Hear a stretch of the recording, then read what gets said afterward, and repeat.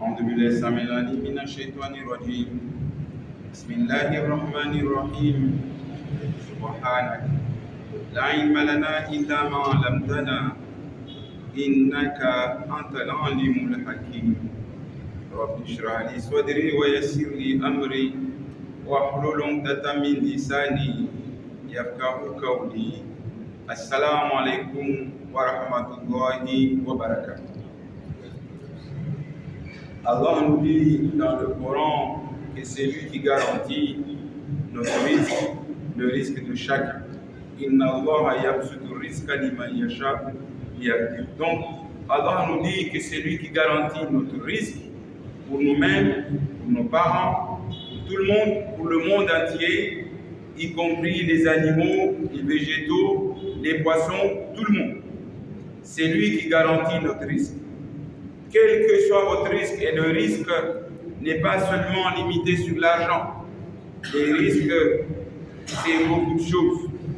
Votre argent est un risque, votre nourriture est un risque, votre santé est un risque, votre travail est un risque, votre femme est un risque, vos enfants est un risque, votre mari est un risque, votre maison est un risque, votre voiture est un risque. Tout ce que vous avez dans votre vie pour fonctionner est un risque. Ensuite, Allah nous dit quelque chose de très important dans le Coran, dans la sourate Abasa, sourate 80, versets 24 à 32. Il attire notre attention, il nous dit فَلْيَنْظُرِ الْإِنسَانُ إِلَىٰ طَعَامِهِ. Est-ce que l'homme, qu'il regarde sa nourriture, la nourriture que vous mangez, que nous mangeons sur la table, Allah nous dit de regarder ça. Regardez comment.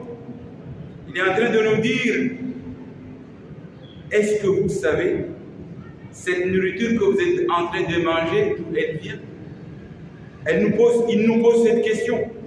La nourriture que nous mangeons sur notre assiette, du riz, de la viande, du poisson, des breaks, tout ce que vous voulez, mais une fois que cette nourriture on est en train de manger, est-ce qu'on sait d'où elle vient? Allah nous pose cette question et ensuite c'est lui-même qui répond à la question, parce que quand Allah voit que les êtres humains ne peuvent pas répondre à la question, c'est lui qui répond. Allah dans le Coran, il pose des questions et quand il sait que l'homme peut répondre, il laisse la réponse à l'homme, mais quand il sait que l'homme ne peut pas répondre, c'est lui-même qui répond. Donc ici, c'est Allah qui répond. Et quand c'est Allah qui répond, c'est sûr, il n'y a pas d'erreur. Donc Allah nous demande, est-ce que vous connaissez le programme de votre nourriture jusqu'à ce qu'il vous arrive dans votre assiette? Elle vient. Allah, il nous donne la réponse. Il nous dit, vous voyez cette assiette, cette nourriture que vous êtes en train de manger, elle vient du ciel. Très loin du ciel jusqu'à ce qu'elle arrive dans votre assiette. Pourquoi est-ce qu'Allah nous dit cela? Parce qu'il y a des gens, lorsqu'on leur dit de dire Alhamdulillah, c'est ce qu'ils ont gagné, qu'est-ce qu'ils disent? Ah, ça, moi j'ai travaillé pour gagner cette nourriture. Moi je suis allé au travail. Moi, c'est mon intelligence qui a gagné cette nourriture-là, comme le cas de Karun. Hein? Et Allah l'a englouti, la terre l'a englouti à cause de son orgueil. Il était ingrat, il n'était pas reconnaissant qu'Allah nous préserve. Donc ici, Allah nous explique quel est le cheminement, le programme, la procédure de cette nourriture qui vient du ciel jusqu'à ce qu'il arrive dans notre assiette. Allah nous explique tout ça. On va le voir, c'est l'objet même de la conférence. Allah nous dit فَلْيَنْظُرِ الْإِنسَانُ إِلَىٰ طَعَامِهِ. Est-ce que l'homme regarde bien sa nourriture qu'il est en train de manger, d'où elle vient? أَنَّا صَبَبْنَا الْمَاءَ صَبًّا. Alors pour qu'elle arrive dans notre assiette, la première chose qui se déroule, c'est que Allah va faire descendre d'abord de l'eau, de la pluie du ciel. L'eau du ciel va descendre. Et ensuite, l'eau va entrer dans la terre il y a des petits fissures, des petits trous, si vous voulez. Ça va rentrer dans la terre, cette eau du ciel, et qu'est-ce qui va se passer? Et ensuite, il va faire pousser les graines. Les graines vont pousser. Regardez bien, on va tout doucement. Allah nous explique en détail et clairement. Alors, une fois que les graines ont poussé, il y a des vignes et des légumes. Olivier d'olive et des palmiers. Ça, c'est juste quelques références, mais ce n'est pas que ça.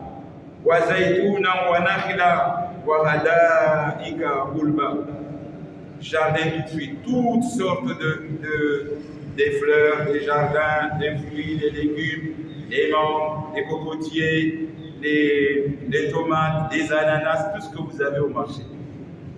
Grâce à ce phénomène, la pluie tombe et tout pousse. Et nous avons tout. Fruits et légumes et herbages.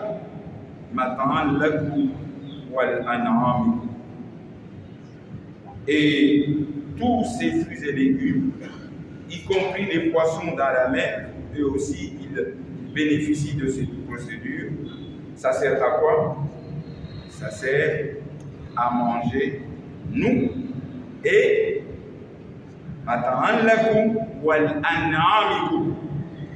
pour vous faire plaisir, vous et vos bestiaux, vos animaux. On a des animaux, on a besoin de les nourrir. Donc dans ces versets, Allah nous explique comment il nous envoie notre nourriture du ciel jusqu'à notre assiette. Il nous dit, vous voyez cette nourriture qui est dans votre assiette, est-ce que vous savez comment elle est venue?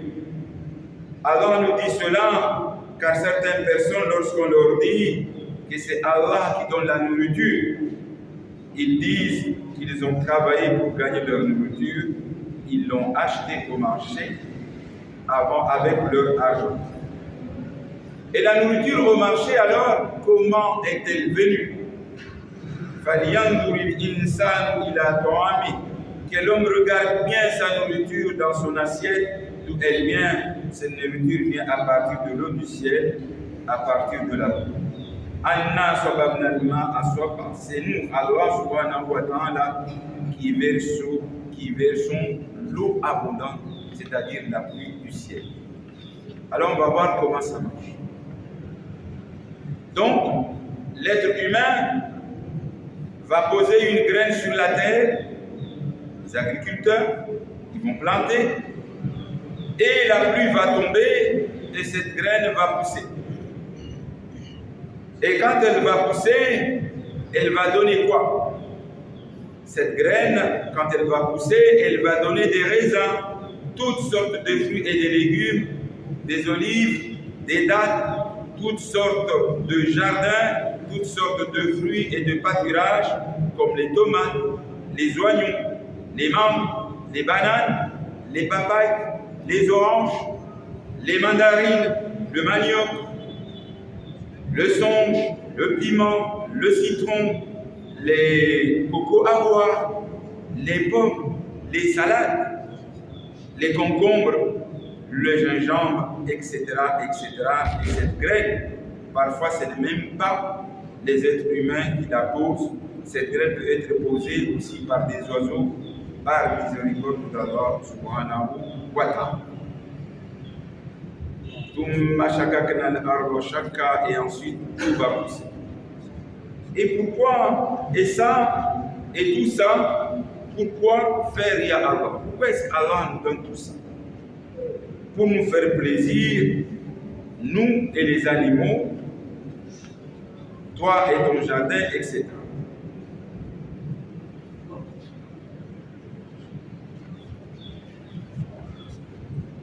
Alors donc, s'il n'y a pas cette goutte de pluie qui est tombée du ciel, aucune graine ne pousserait sur la terre. Et qu'est-ce qui va se passer? On mourrait tous de faim.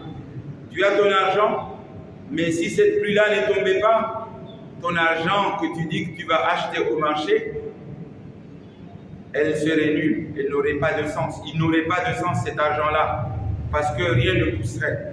Et là, on le voit en Afrique, que lorsqu'il n'y a pas de pluie, lorsqu'il y a le manque, il y a la sécheresse, où rien ne pousse, on ne peut pas acheter.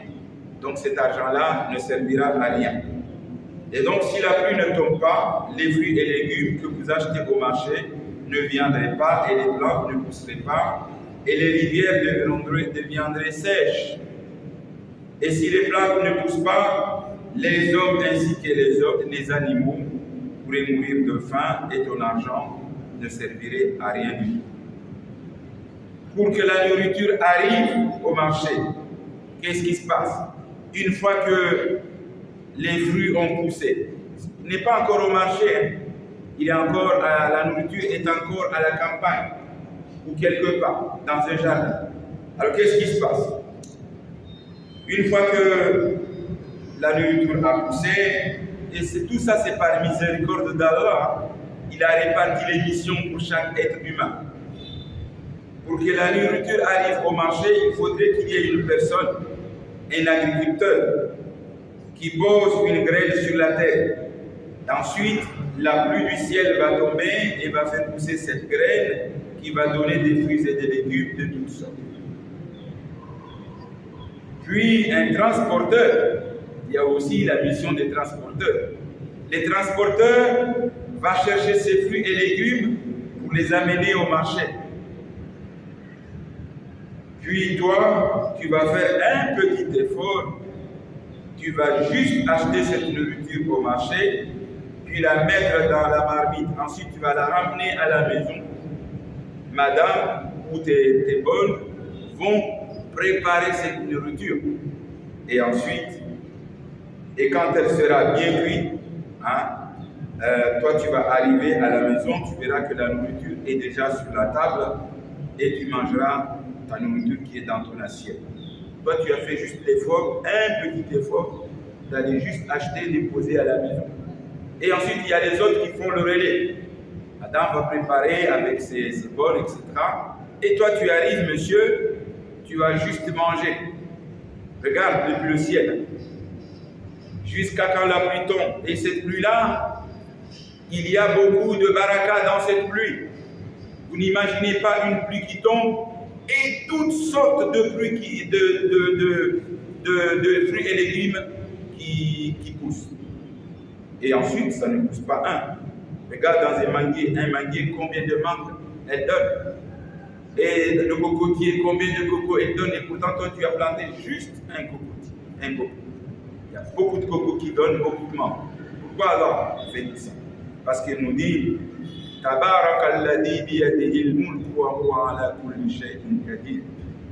Allah nous dit que c'est lui qui a la bénédiction. Et il donne la bénédiction sur chaque chose qu'il a créée, y compris les plantes et les légumes, y compris l'homme. Ça veut dire Allah met la baraka dans cette pluie. Ensuite, il met la baraka dans les fruits et légumes. Et c'est quoi la baraka? La baraka, c'est l'augmentation. Quelque chose de peu va donner beaucoup de choses. C'est ça la baraka. Donc Allah, quand il met la baraka sur une chose, cette chose va donner beaucoup. Et là, on le voit, la pluie, qui quand elle tombe, elle ramène combien de choses. On peut boire l'eau, les plantes vont pousser, toutes sortes de choses. Donc l'eau, c'est la vie. L'eau, c'est la vie. S'il n'y a pas d'eau, la vie de l'homme devient très difficile. Et ensuite, tu vas faire un petit effort, tu vas acheter cette nourriture au marché, puis la mettre dans la marmite, et puis quand elle sera bien cuite, tu la mangeras dans ton assiette. Et s'il n'y a pas cette goutte de pluie qui est tombée du ciel, les plantes ne pousseraient pas et on pourrait tous mourir de faim, les plantes, les animaux, l'homme. Donc, pourquoi est-ce que Allah nous fait tout ça? Qu'est-ce qu'il attend de nous? Il nous a donné tout ça gratuitement. Les ananas, les cocos, tout ça.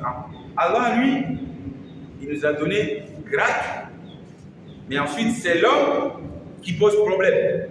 Il va prendre le coco 0 francs sur le cocotier et ensuite, il va vendre trop cher le cocotier. Alors lui, il a donné gratuit. Mais l'homme, il va augmenter les prix. Bon, parce qu'il va tenir compte du transport, je ne sais pas quoi exactement. Des fois même, ils exagèrent. Ça, c'est le problème de l'homme. Et alors, ce verset-là, est-ce que vous pensez qu'il nous a donné juste le verset pour nous dire, oui, écoutez, je vous ai donné la nourriture, elle vient du ciel, hein, j'ai fait descendre la pluie, et ensuite vous avez la nourriture dans votre assiette. C'est ça le message. Vous pensez qu'Allah nous dit seulement ça? Juste pour nous dire, regardez la nourriture, c'est moi qui l'amène, qui le fait descendre du ciel. C'est ça le message? Le message coranique? Non. Allah, s'il nous dit ça, il est en train de nous dire, regardez cette nourriture que vous mangez là, il y a beaucoup d'intervenants, beaucoup de situations qui se sont produites avant qu'elle arrive là, ta nourriture. Toi, l'effort que tu as fait avec ton argent, c'est tout petit, peut-être 1%. Même ton argent, c'est Allah qui t'a donné encore la santé. Et le message coranique, Allah nous dit seulement, regardez, je vous ai donné cette nourriture gratuitement. Je vous demande juste une chose. Juste une chose. Avant de manger, de dire Bismillahirrahmanirrahim. Je commence à manger avec le nom d'Allah, parce que c'est lui qui a envoyé cette nourriture. Et quand je finis de manger, que je n'oublie pas de lui remercier en disant Alhamdulillahi Rabbil Alamin. C'est tout ce qu'il nous demande. C'est pas bon. Mais même ça, on n'arrive pas à le faire. On a cette nourriture, dès qu'on arrive, on oublie de dire Bismillahirrahmanirrahim. Et quand on a fini, on oublie de dire Alhamdulillahi Rabbil Alamin. C'est lui qui m'a donné cette nourriture. Parce que tous ces gens-là qui ont intervenu dans cette nourriture-là, ce sont des créatures de Dieu, subhanahu wa ta'ala. La pluie qui est tombée, elle tombe par ordre d'Allah, subhanahu wa ta'ala. La terre qui fait pousser les graines poussent par ordre d'Allah, subhanahu wa ta'ala. Le transporteur, l'agriculteur, c'est aussi un ouvrier d'Allah, un missionnaire qu'Allah l'a choisi pour servir aux êtres humains pour que la nourriture puisse arriver au marché. Le transporteur aussi, Allah l'a mis à notre disposition qu'il puisse ramener la nourriture au marché. Les vendeurs du marché, sous prétexte qu'ils veulent un peu d'argent, mais en réalité, ils sont au service des autres, au service de l'homme, pour nous faciliter à avoir cette nourriture facilement. Ensuite, quand elle arrive à la maison, encore nous avons la femme pour s'occuper de nous, pour que tout soit devient facile. Allah nous demande une chose, juste quand on a fini de manger, qu'on n'oublie pas de dire Alhamdulillahi Rabbil Alamin, et qu'on ne soit pas comme Karou qui a dit non, mon argent, j'ai travaillé, c'était mon intelligence que j'ai gagné cette nourriture. Ça, c'est très dangereux parce que Allah peut t'enlever cette nourriture. Si tu ne dis pas Alhamdulillahi Rabbil Alamin, pourquoi? Allah, je vais terminer avec ça. Allah nous dit La in shakartum. Si vous me remerciez, si vous êtes reconnaissant sur ce que je vous donne, en particulier sur le risque, La in shakartum la azidannakum. Si vous êtes reconnaissant, je vais augmenter votre risque de ce que je vous donne. Wa in kafartum. Et si vous n'êtes pas reconnaissant, si vous êtes ingrat, ça veut dire que je peux même enlever ce que je vous ai donné.